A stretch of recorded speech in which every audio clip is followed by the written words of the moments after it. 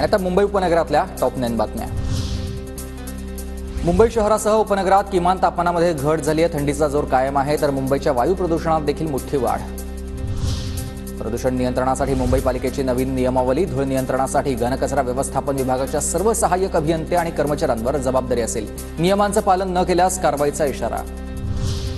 मुंबईकरांच्या पाणीपुरवठ्याच्या खर्चामध्ये वाढ झाली आहे। पालिकेच्या जल अभियंता विभागाकडून पाणीपट्टीमध्ये वाढ करण्याचा निर्णय। प्रस्ताव सादर आयुक्तांकडून मंजुरी नाहीये।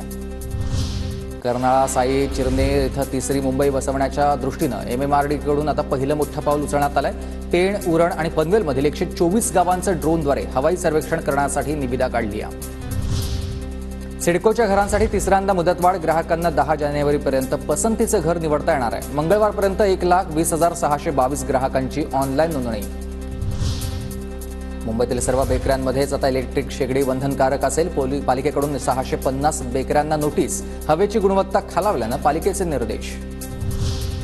मुंबई बेस्टच्या महसूलवर देखील परिणाम झालाय। शिव उड्डाणपुलाचं काम सुरू असल्यानं 6 बस मार्ग वळवावे लागल्यानेच परिणाम झालाय। बेसमधून प्रवास करणाऱ्या प्रवाशांची संख्या घटली आहे। महसूल वाढीसाठी पालिकेच्या जागांसाठी पुनर्निविदा काढण्यात येणार आहे, तर लिलाव प्रक्रियेसाठी निवडलेल्या 3 जागांपैकी मलबार हिल जागा वगळण्यात आलेली आहे।